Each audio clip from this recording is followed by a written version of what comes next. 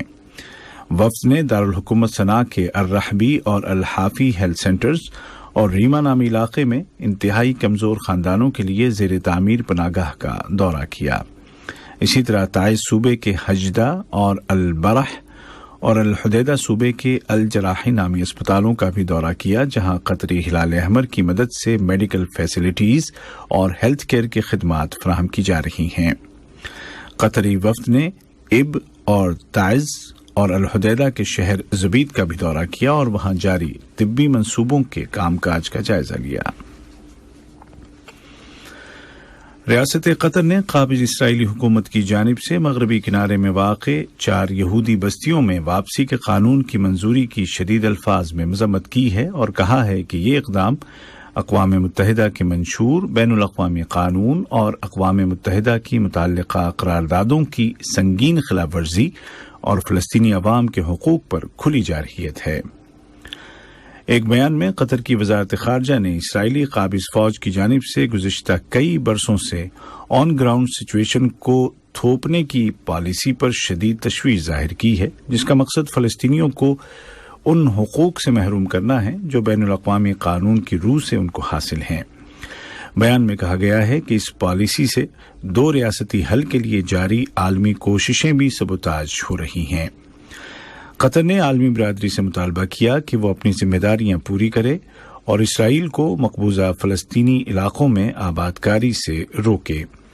وزارت نے قطر کے مستقل موقف کو دہراتے ہوئے کہا کہ قطر مسئلہ فلسطین اور فلسطینی عوام کے جائز حقوق کے حصول کے لیے ان کے ساتھ کھڑا ہے، جن میں سن 1967 کی حدود میں آزاد فلسطینی ریاست کا قیام بھی شامل ہے جس کا دارالحکومت مشرقی بیت المقدس ہوگا۔ یہ خبریں آپ اردو ریڈیو قطر FM 107 سے سن رہے ہیں۔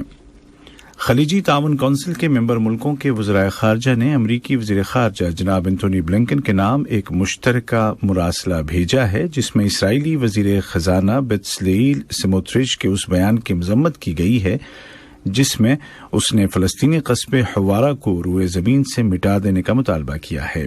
اسی طرح اس کے ان بیانات کی بھی مذمت کی گئی ہے کہ فلسطینی عوام کا سرے سے کوئی وجود ہی نہیں۔ خلیجی تعاون کونسل کے سیکریٹری جنرل جناب جاسم محمد البدیوی نے بتایا کہ مراسلے میں امریکی موقف کی تعریف کی گئی ہے جو ان بیانات کو مسترد کرتا ہے اور امریکہ سے مطالبہ کیا گیا ہے کہ وہ فلسطینی عوام کے خلاف جاری تمام کارروائیوں اور بیانات کا جواب دینے کے حوالے سے اپنی ذمہ داریاں پوری کرے۔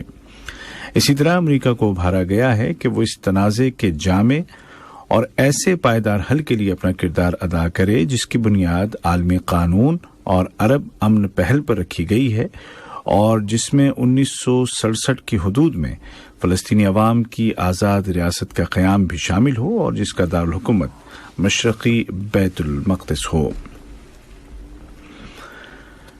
عرب لیگ نے اعلان کیا ہے کہ معمول کی 32ویں عرب سربراہ کانفرنس 19 مئی 2023 کو سعودی عرب میں منعقد کی جائے گی۔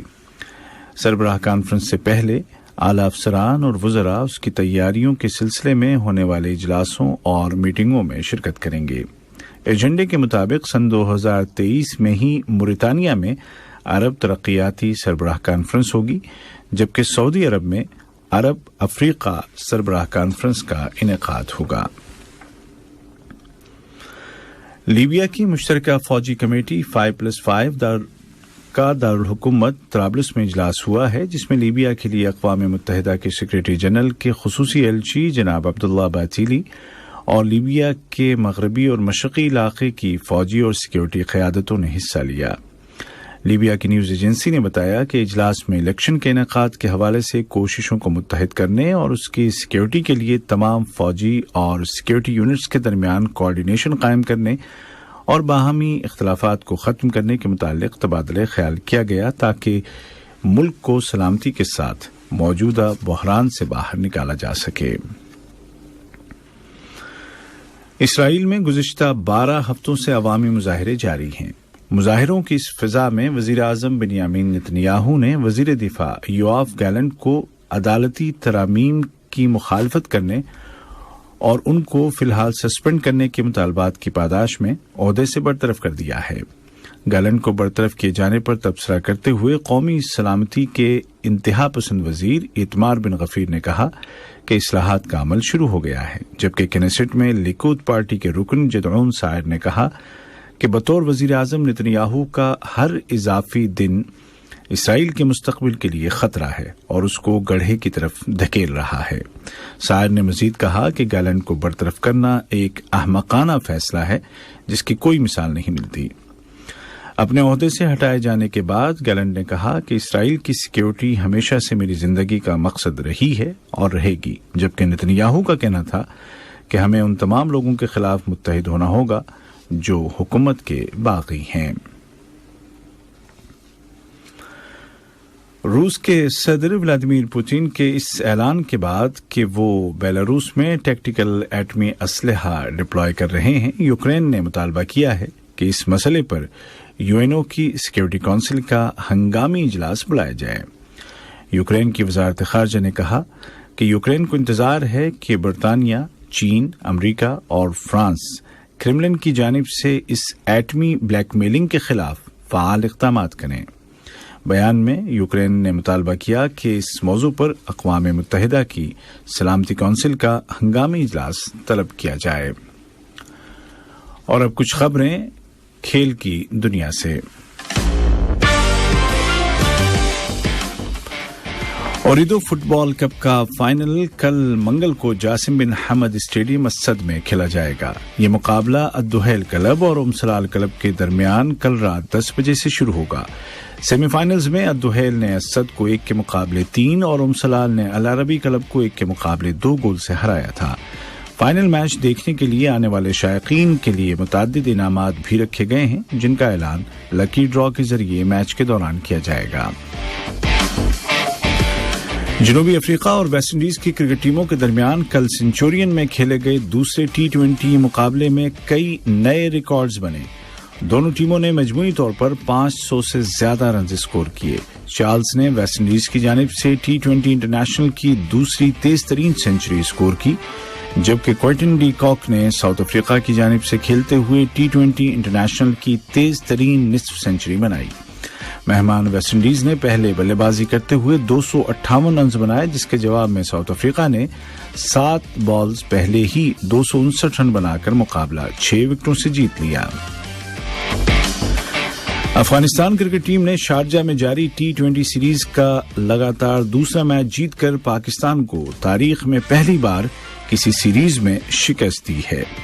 پاکستانی ٹیم نے شاداب خان کی قیادت میں پہلے کھیلتے ہوئے 130 رنز بنائے۔ افغان ٹیم نے آخری اوور کی 5ویں بال پر ہدف عبور کر کے یہ مقابلہ اور سیریز 7 وکٹوں سے جیت لی۔ آج کا پہلا نشریہ ختم ہونے سے قبل اہم خبروں کی سرخیاں ایک مرتبہ پھر سن لیجیے۔ مرکزی بلدیاتی کونسل کے 7ویں الیکشن کی نگراں کمیٹی نے الیکشن کی تاریخوں کا اعلان کر دیا ہے۔ ریاست قطر نے قابض اسرائیلی حکومت کی جانب سے مغربی کنارے میں واقع 4 یہودی بستیوں کی طرف واپسی کے قانون کی منظوری کی پرزور الفاظ میں مذمت کی ہے۔ اسرائیلی وزیر اعظم نتنیاہو نے وزیر دفاع یوآف گالنٹ کو اس کے عہدے سے برطرف کر دیا ہے، جبکہ اسرائیل میں حکومت مخالف مظاہرے جاری ہیں۔ اور روس کے صدر کے اس اعلان کے بعد کہ وہ بیلاروس میں ٹیکٹیکل ایٹمی اسلحہ ڈپلوائے کریں گے، یوکرین نے سیکیورٹی کونسل کا ہنگامی اجلاس بلانے کا مطالبہ کیا ہے۔ اسی کے ساتھ اردو ریڈیو قطر FM 107 سے آج کا پہلا نشریہ اپنے اختتام کو پہنچا. عبید طاہر اور تکنیکی معاون انتخاب عالم اور جابر حسین کو اجازت دیجیے. خدا حافظ. ہمارا دوسرا بلیٹن